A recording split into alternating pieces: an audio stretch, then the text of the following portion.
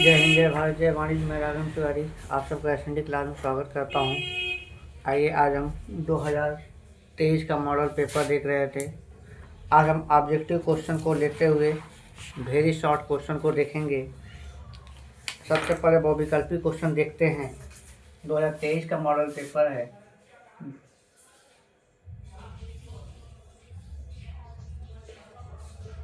जो अकाउंटिंग का है। पहला क्वेश्चन कह रहा है, बहुविकल्पी क्वेश्चन,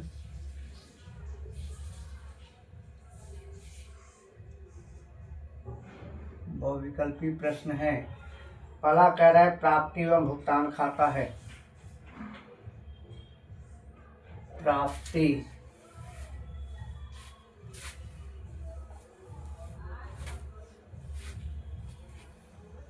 प्राप्ति एवं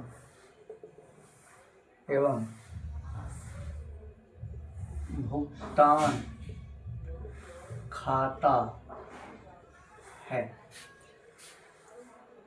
ए दिया है वास्तविक खाता, वास्तविक खाता। बी दे रहा है नाम मात्र खाता, नाम मात्र खाता। सी दे रहा है व्यक्तिगत खाता, व्यक्तिगत खाता। और डी दे रहा है इनमें से कोई नहीं। डी दे रहा है इनमें से कोई नहीं। कह रहा है रिसीव एंड पेमेंट अकाउंट कौन सा अकाउंट है? रियल अकाउंट है, नॉमिनल अकाउंट है कि पर्सनल अकाउंट है? तो हमें पता है रिसीव एंड पेमेंट में हम सारी संपत्तियों से जुड़ी चीज़ें ही दिखाते हैं, लेन देन से संबंधित दिखाते हैं, ठीक ना। तो इसलिए यह मेरा वास्तविक खाता रियल अकाउंट है। ऑप्शन नंबर ए इसका करेक्ट आंसर होगा। दूसरा क्वेश्चन चलते हैं। दूसरा क्वेश्चन कह रहा है आय व्यय खाता बनाया जाता है। आय व्यय खाता बनाया जाता है। आय व्यय खाता बनाया जाता है। ऑप्शन ए दे रहा है एकाकी व्यापार संगठन द्वारा, एकाकी व्यापार संगठन द्वारा। ऑप्शन बी है कंपनी संगठन द्वारा, कंपनी संगठन द्वारा,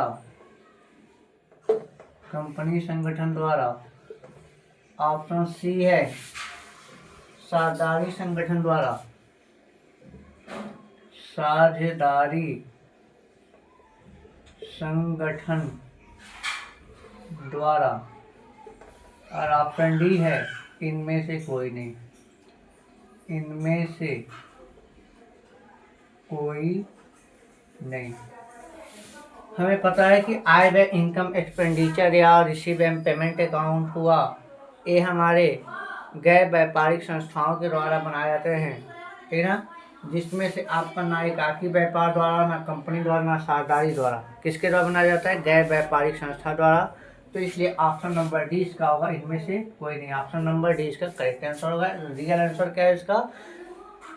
किसके द्वारा बनाया जाता है? गैर व्यापारिक संस्थाओं के द्वारा। इसलिए तीनों में ऑप्शन नहीं है गैर व्यापारिक संस्था, इसलिए डी ऑप्शन होगा, इनमें से कोई नहीं।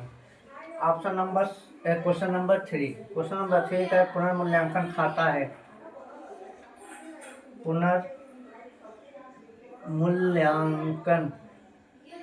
पुनर्मूल्यांकन खाता है। पुनर्मूल्यांकन खाता है। ए है व्यक्तिगत खाता, व्यक्तिगत खाता। बी है वास्तविक खाता, वास्तविक खाता। सी है नाम मात्र खाता, नाम मात्र खाता। और डी है इनमें से कोई नहीं, इनमें से कोई नहीं, इनमें से कोई नहीं। कहला है रीवैल्यूएशन अकाउंट कौन सा अकाउंट है? रियल अकाउंट है, नॉमिनल अकाउंट है, कि क्या कहते हैं पर्सनल अकाउंट है? तो आपका जो रिवैल्यूएशन अकाउंट होता है नॉमिनल अकाउंट होता है, नाम मात्र अवास्तविक खाता होता है, इसलिए option number C, option number C इसका करेक्ट आंसर होगा। इनमें क्या कहते हैं नाम मात्र खाता, जिसको हम नॉमिनल अकाउंट के नाम से जानते हैं। अगला है दायित्व में कमी। चौथा है दायित्व में कमी। दायित्व में कमी है, क्या है? ए है हान, बी है लाभ, सी है प्राप्ति, और डी है व्यय। डी है व्यय।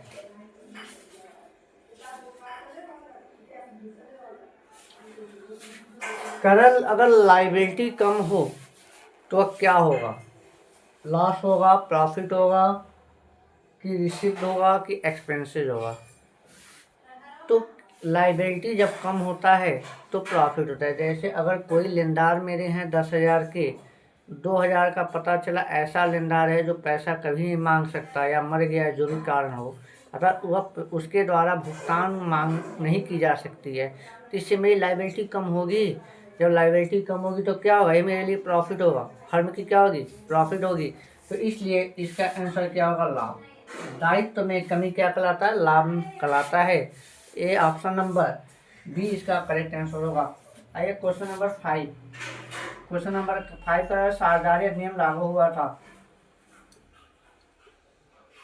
साझेदारी अधिनियम लागू हुआ था।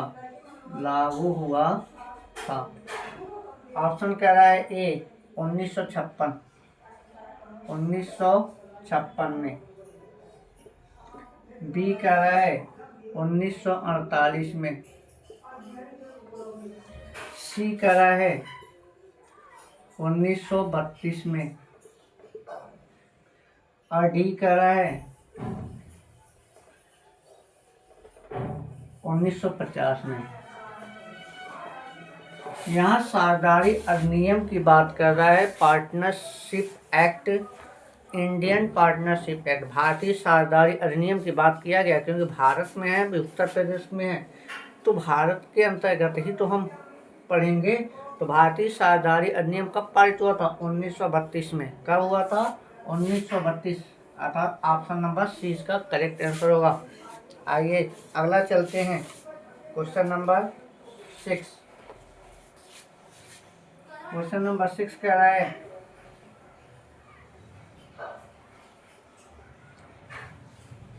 विशेष उद्देश्य के लिए, विशेष उद्देश्य के लिए, विशेष उद्देश्य के लिए लिया गया ऋण,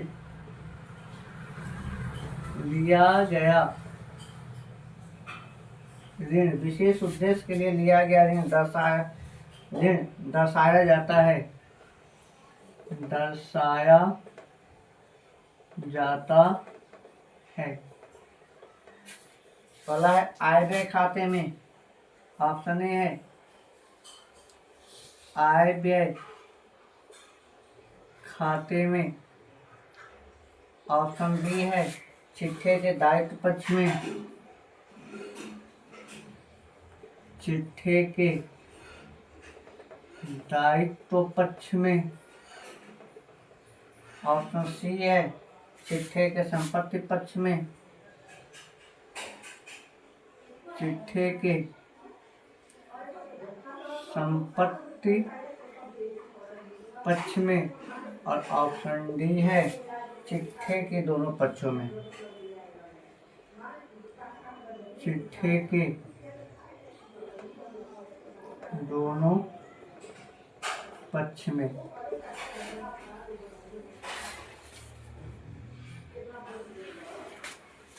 कह रहे हैं आय क्या किया? कह रहा है विशेष उद्देश्य के लिए लिया गया ऋण, मतलब कोई ऐसे उद्देश्य हों जिसके पर्पज से साधारण ऋण के रूप में नहीं, विशेष उद्देश्य मतलब कोई विशेष कार्य के लिए ही लिया गया ऋण हो, तो वह कहाँ दिखाएंगे। कह रहा है कि आय व्यय खाते में, चिट्ठे के दायित्व पक्ष में, बैलेंस शीट के लायबिलिटी में, चिट्ठे के संपत्ति पर बैलेंस शीट के एसेट साइड में, चिट्ठे के दोनों पर अर्थात लायबिलिटी में एसेट दोनों साइड में दिखाएंगे। तो कोई चाहे विशेष ऋण हो चाहे साधारण ऋण हो, वह हर दशा में आय व्यय खाता में कहीं नहीं दिखा सकते। ऋण पर दिया गया ब्याज अगर है वह आय व्यय खाता के ऋणी पक्ष में डेबिट साइड में जाएगा, लेकिन दायित्व जो ऋण होगा वह कहाँ दिखाया जाएगा, चिट्ठे के दायित्व पक्ष में। ऑप्शन नंबर 20 का करेक्ट आंसर होगा। देख लीजिए, अब चलते हैं question number 7।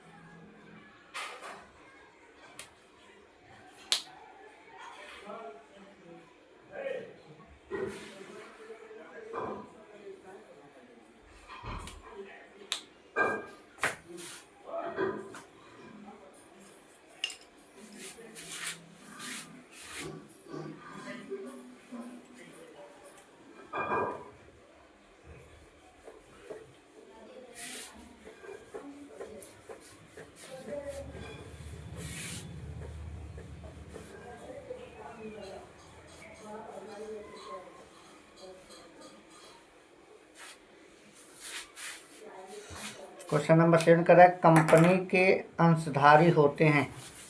Question number 7, company के अंशधारी होते हैं। अंशधारी होते हैं, कंपनी के अंशधारी होते हैं। पहला है कंपनी के ग्राहक, कंपनी के ग्राहक। ऑप्शन नंबर बी है कंपनी के लेनदार, कंपनी के लेनदार। सी है कंपनी के कर्मचारी, सी है कंपनी के कर्मचारी, और डी है कंपनी के स्वामी, कंपनी के स्वामी।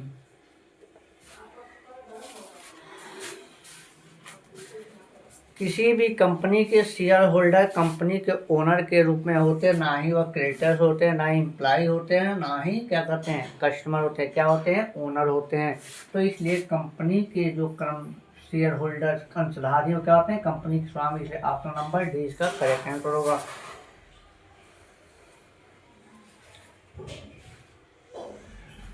क्वेश्चन नंबर 8, क्वेश्चन नंबर 8 कह रहा है निम्नलिखित में से कौन सा चालू दायित्व तो नहीं है?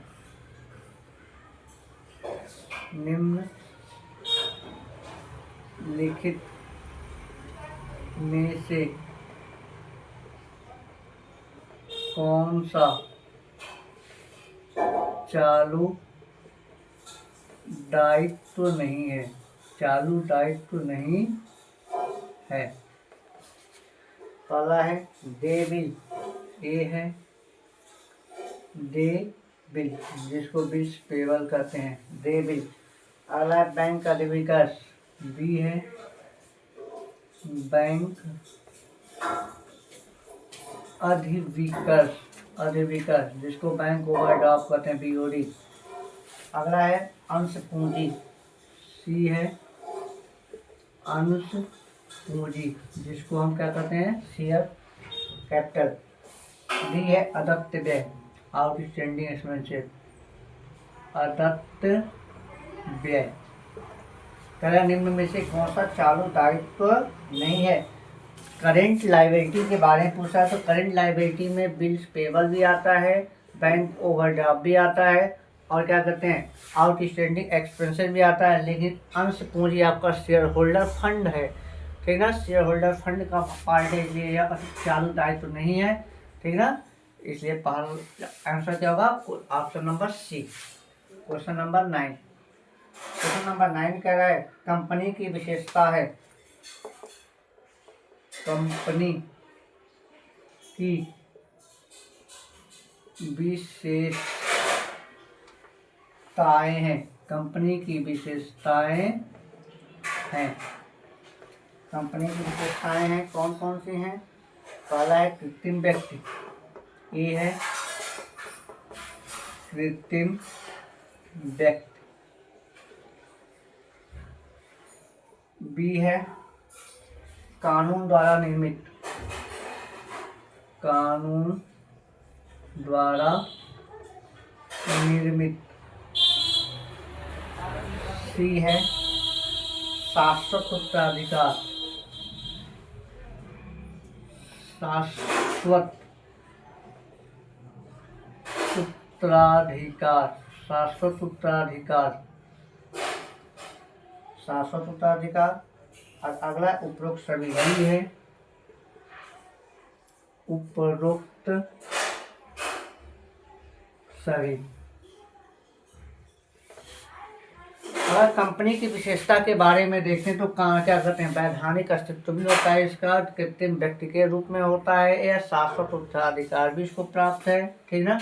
इसलिए ऑप्शन नंबर डी इसका करेक्ट आंसर होगा, ऑप्शन नंबर डी इसका क्या होगा, करेक्ट आंसर होगा, उपरोक्त सभी। क्वेश्चन नंबर 10, क्वेश्चन नंबर 10 कह रहा है निजी कंपनी में सदस्यों की अधिकतम संख्या होती है,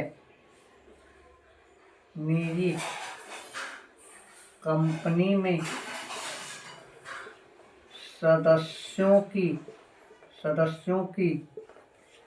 अधिकतम संख्या होती है, अधिकतम संख्या होती है, अधिकतम संख्या होती है।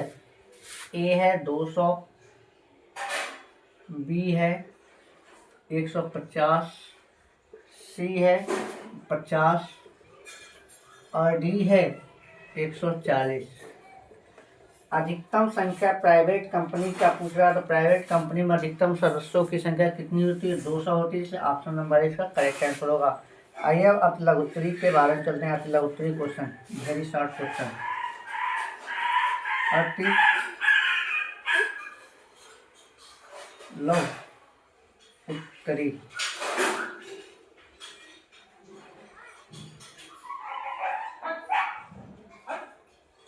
अति लघु उत्तरी प्रश्न 11 से 20 तक का प्रश्न है। आइए पार्ट 11 नंबर क्वेश्चन कह रहा है क्या, 11 नंबर क्वेश्चन कह रहा है आय व्यय खाते के उद्देश्य को समझाइए। आय व्यय खाते के उद्देश्य को समझाइए। आय व्यय खाते के उद्देश्य पूछ रहा है, आंसर लिखते हैं।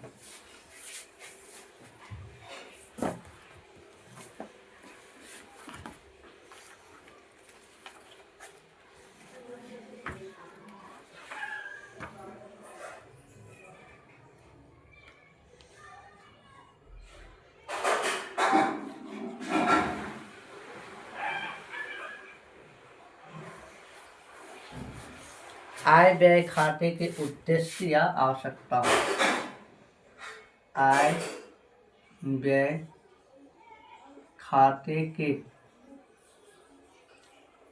उद्देश्य या आवश्यकता। आय व्यय खाता क्या होता है, रिसीव्ड पेमेंट अकाउंट आपका क्या कहते हैं गैर व्यापारिक संस्थाओं के द्वारा बनाया गया एक खाता है, जो क्या कहते हैं आय एवं व्यय के संबंधित विवरणों को दिखाता है, या लाभ हानि की तरह ही बनाया जाता है। अब इसकी आवश्यकता क्यों पड़ती है, आइए देखते हैं। पहला आवश्यकता इसका लिखेंगे, विभिन्न समायोजनाओं का लेखा करके विभिन्न समायोजनाओं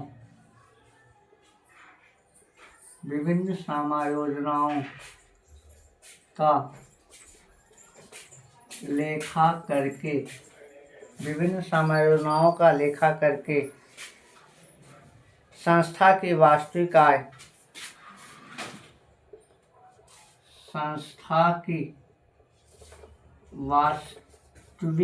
आय एवं वास्तविक कमी को जानना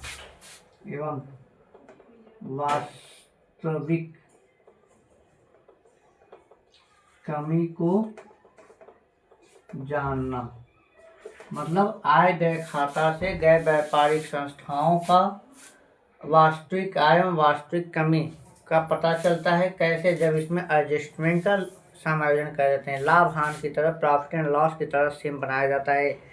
अगला है आय और व्यय के बीच संतुलन बनाना। आय व व्यय के बीच संतुलन बनाना। आय व्यय के बीच में सामंजस्य कैसे बनेगा? कैसे आय व्यय का सही निर्धारण किया जा सके जिससे व्यवसाय की स्थिति अच्छी हो, इसके लिए आय व्यय खाता बनाया जाता है। अगला है तीसरा,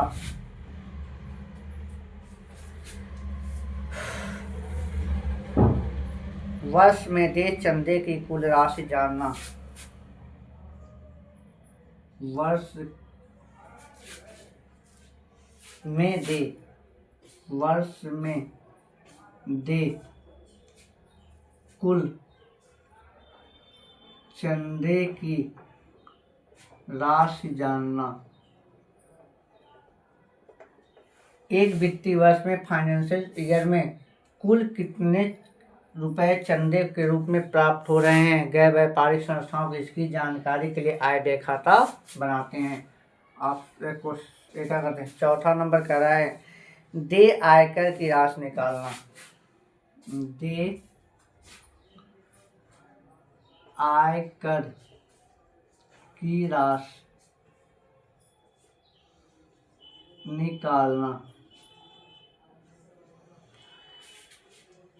चौथा जो आवश्यकता या उद्देश्य है कि गैर व्यापारिक संस्थाओं द्वारा कितना टैक्स का भुगतान करना है या किया जाना है, इसके बारे में जानकारी प्राप्त करने के लिए आय व्यय खाता बनाते हैं। पांचवा ऑप्शन है, यहाँ पे लिख देते हैं।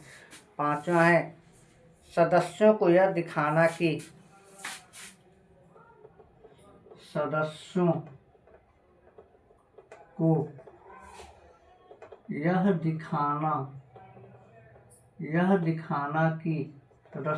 दिखाना कि संस्था के उद्देश्यों के अनुसार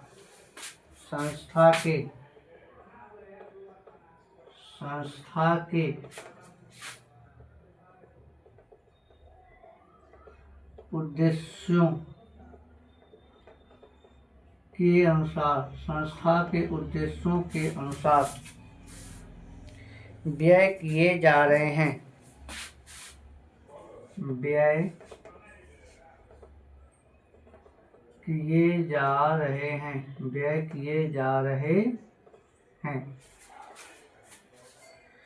और आयों की प्राप्ति हो रही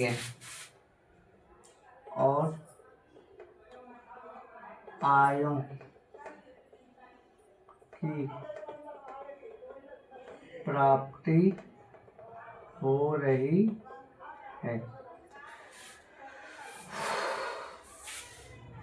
कहने का मतलब ये है कि जो गैर व्यापारिक संस्था के मेंबर हैं उनको यह दिखाना कि जो भी एक्सपेंसिव हो रहा है वह संस्था के ऑब्जेक्ट को ध्यान में रख के किया जा रहा है और साथ में इनकम को प्राप्त किया जा रहा है। इस उद्देश्य को जानने के लिए हम क्या करते हैं? आय व्यय खाता बनाते हैं। इस तरह से क्वेश्चन नंबर 11 हो गया। अब चलते हैं क्वेश्चन नंबर 12 की तरफ।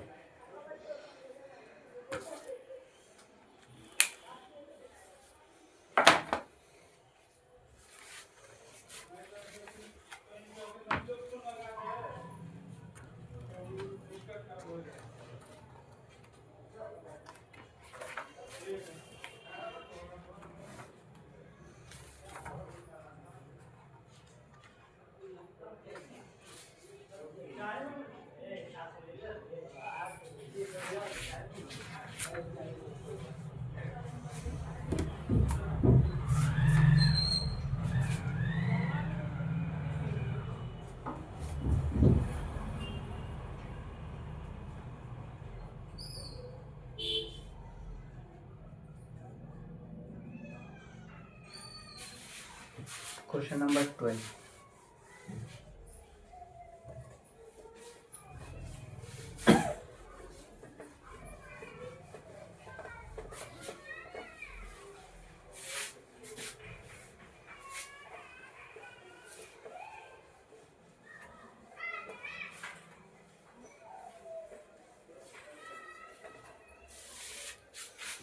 क्वेश्चन नंबर 12 कह रहा है साझेदारी संलेख को समझाइए।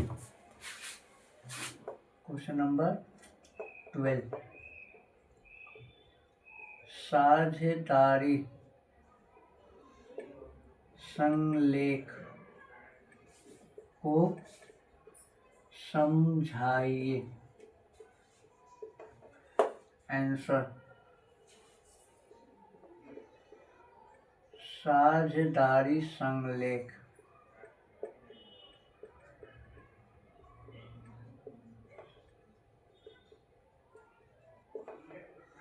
साझेदारी संलेख से आशय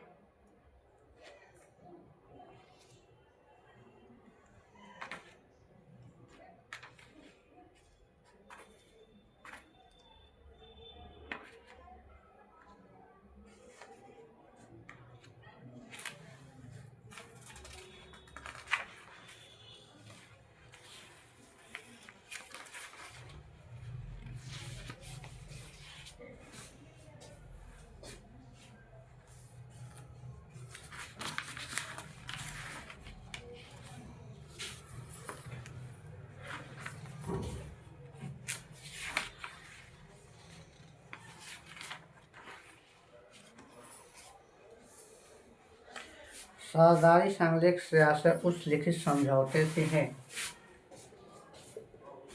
साझेदारी संलेख से आशय उस लिखित समझौते से है। उस लिखित समझौते से है जो किसी साझेदारी फर्म की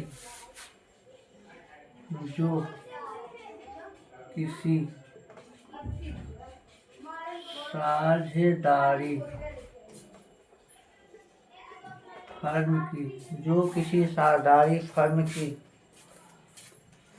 स्थापना के समय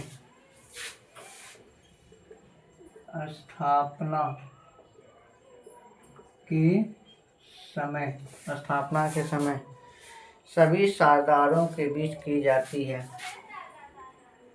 सभी साझेदारों के बीच की जाती है। ठीक है, मतलब साझेदारी संलेख वह लिखित समझौता है जो साझेदारी की स्थापना के समय सभी साझेदारों के बीच किया जाए। ठीक है। अगला क्वेश्चन आता है। अगला क्वेश्चन कह रहा है आहरण पर ब्याज की गणना करने की एक विधि को समझाइए। क्वेश्चन नंबर 13 कह रहा है आहरण पर ब्याज की गणना करने की किसी एक विधि को समझाइए। किसी एक विधि को समझाइए। आंसर आइए देखते हैं, इसको सॉल्व करते हैं क्वेश्चन के रूप में। आहरण पर ब्याज की गणना करने की विधि।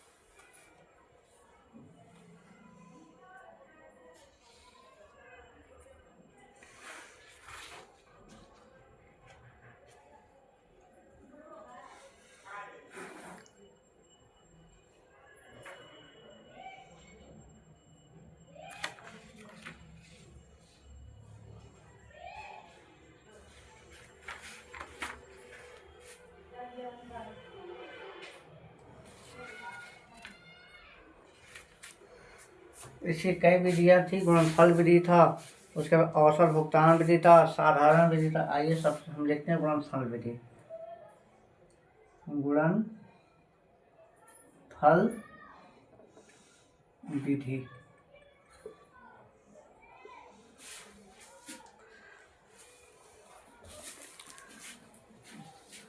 Protect method.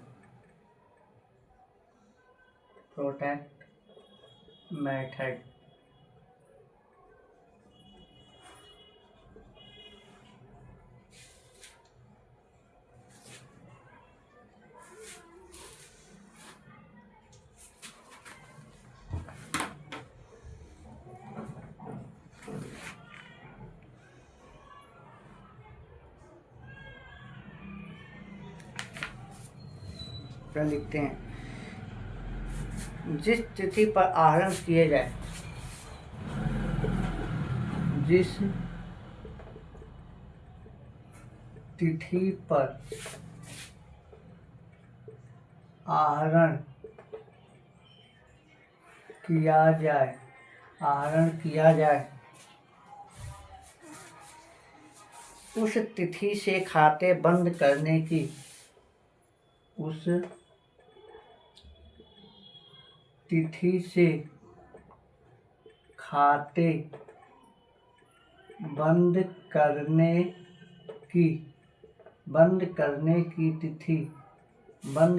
की तिथि तक के महीने निकालने चाहिए।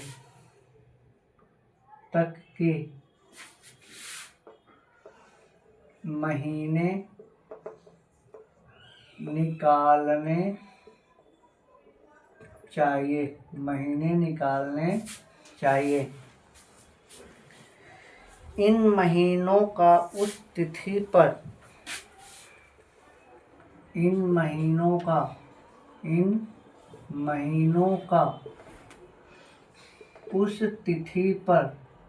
उस तिथि पर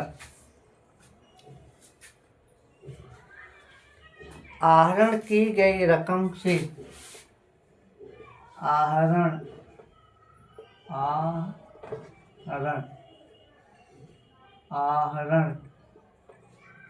की गई रकम मतलब धनराशि से, आहरण की गई रकम से गुणा करना चाहिए। गुणा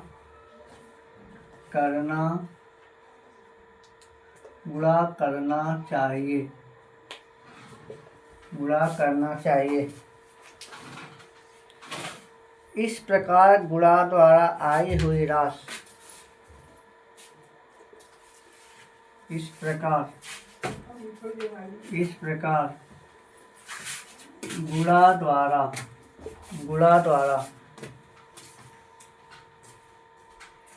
आई हुई राशि पर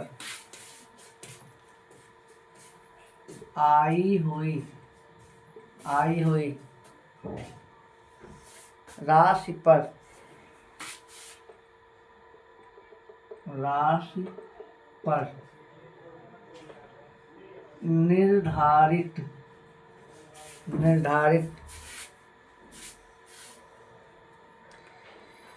दर से 1 माह का निर्धारित दर से 1 माह का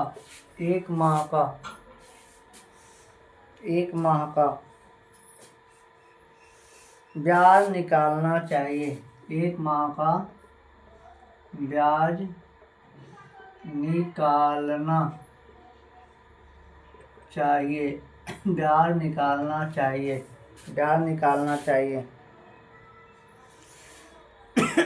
ब्याज निकालना चाहिए। यही ब्याज उस अवधि के लिए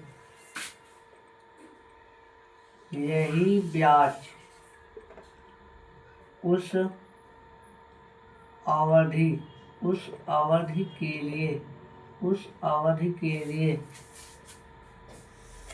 आहरण पर ब्याज की राशि होगी। आहरण पर ब्याज की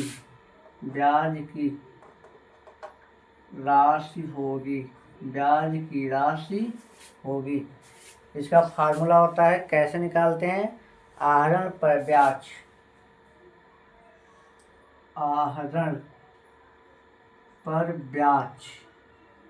बराबर गुणनफलों का योग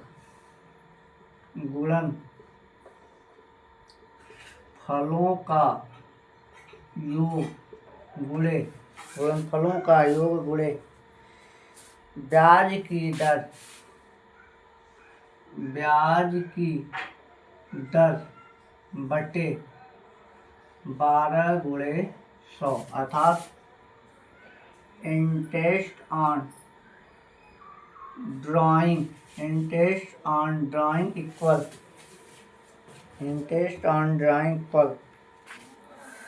टोटल प्रोडक्ट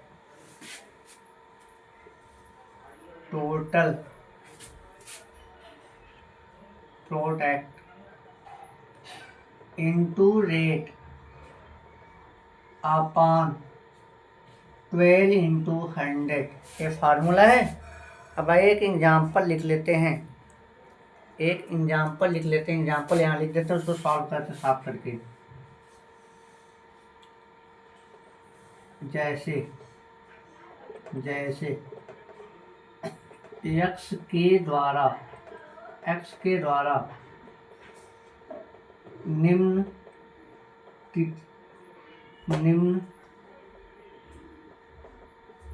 तिथियों पर आहरण किया जाता है ठीक ना। यदि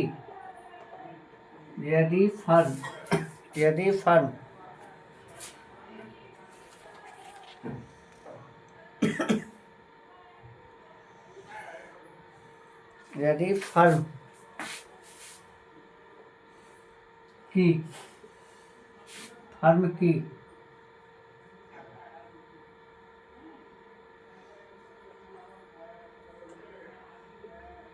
लेखा पुस्तकों को बंद करने की तिथि 31 मार्च हो तो आहरण पर ब्याज की गणना कीजिए। आहरण पर ब्याज की गणना कीजिए। आहरण पर ब्याज की गणना करना है तो अब देखिए तिथि क्या है। 1 जुलाई सन कोई रख लीजिए, मान लीजिए 2026 ही रख लेते हैं। 2026 अभी कहाँ है, 2025 चलिए। 2026 याद आ गया। 2025 जुलाई में चलते हैं क्या, 200 रुपये। कितने रुपए? 200 रुपये। उसके बाद आते हैं कोई और मंथ ले लें। 1 सितंबर 1 सितंबर 2025 कितने रुपए हैं? मान लेते हैं 200 रुपये भी लेते हैं, रुपये 200। उसके बाद सितंबर हो गया, अक्टूबर में आते हैं, नहीं अक्टूबर नवंबर ले लेते हैं, सितंबर में आएगा 1 नवंबर 2025 कितना ले लें? मान लीजिए 100 रुपये ले लेते हैं। कितना ले लेते हैं? 100 रुपये। ये आहरण है, गुणनखंड विधि, एक गुणनफल विधि से हम इसको आहरण पर ब्याज की गणना करना है, ठीक है। अब इसको आप देखें, हम इसको साफ करेंगे थोड़ा इस साइड में।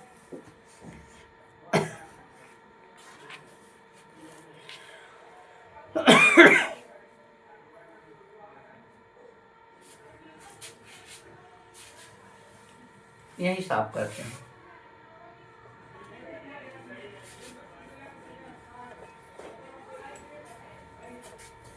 यहाँ लिखते हैं क्या? यहाँ लिखते हैं अमाउंट। क्या लिखते हैं? अमाउंट। यहाँ लिखते हैं मंथ। क्या लिखते हैं? मंथ। यहाँ लिखते हैं प्रोटेक्ट।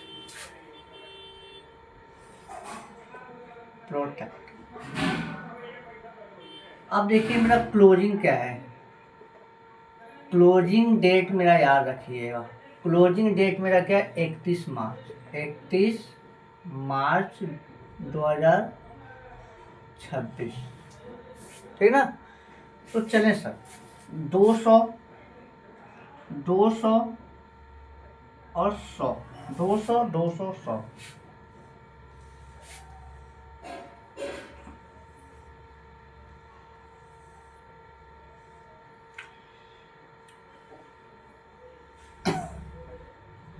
यहाँ डेट भी डाल दे तो सबसे बढ़िया रहेगा। यहाँ चलिए इसका डेट डाल देते हैं।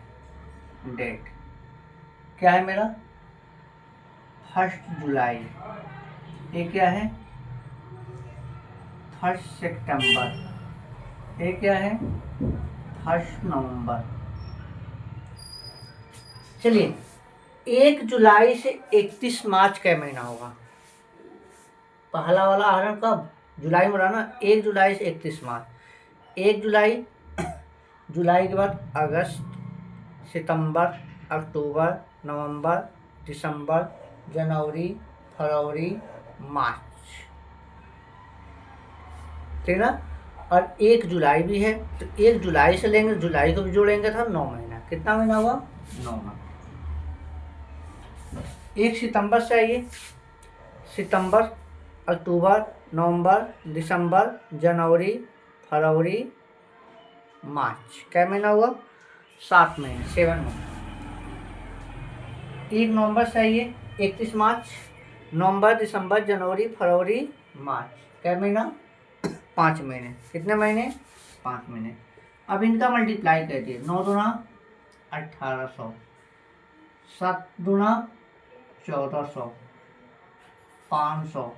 अब इसको जोड़ दीजिए थोड़ा, जो 8 4 12, 12 5 70 87 लेके 1 1 2 1 3 3700। टोटल कितना आया? टोटल प्रोटेक्शन मेरा कितना है? 3700 आ गया। टोटल प्रोटेक्शन मेरा 3700 आ गया। हाँ, ब्याज की दर नहीं लिखे, नहीं तो मान ब्याज की दर कुछ मान लेते हैं। ब्याज की दर 5% वार्षिक। क्या मैं 5% वार्षिक होना चाहिए। हो गया? अब तो क्लियर हो गया। तो चलिए इसको निकाल लेते हैं। ये आ गया।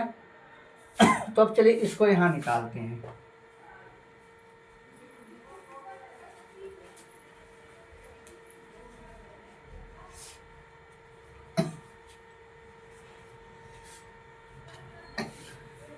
फार्मूला क्या होता है? इंटरेस्ट ऑन ड्राइंग निकालना ना, इंटरेस्ट ऑन ड्राइंग।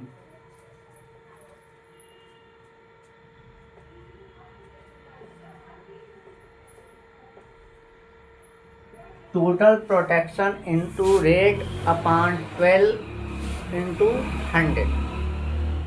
तो 1 महीने का निकालना है। तो 1 महीने का 12 महीने का परसेंटेज दिया हुआ, तो 1 महीने का 12 से भाग दे देंगे। चलिए जी, टोटल प्रोटेक्शन कितना है मेरा? 3700। गुणे रेट क्या है 5%। क्या महीने का, 1 महीने का निकालना है ना, तो 12 गुणे 100। तो चलिए जी काट दीजिए, कटने वाला है तो कटेगा, नहीं कटने वाला तो मल्टीप्लाई करके डिवाइड कर दें। चलिए डिवाइड करें तो 37 में 5 है,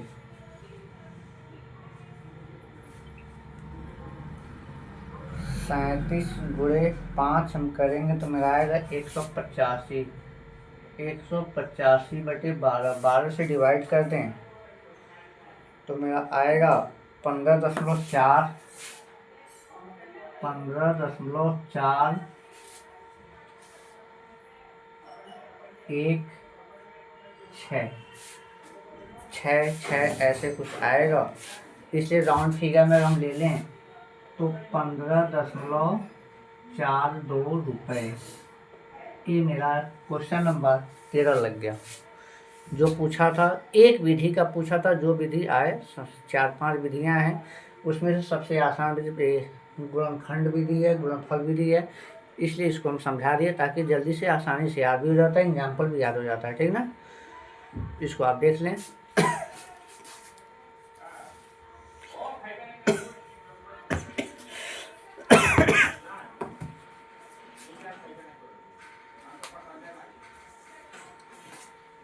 तेरह अगले टॉपिक में अगले जो क्वेश्चन बचे हैं उसके आगे बताएंगे। तब तक के लिए जय हिंद, जय भारत, जय वाणिज्य।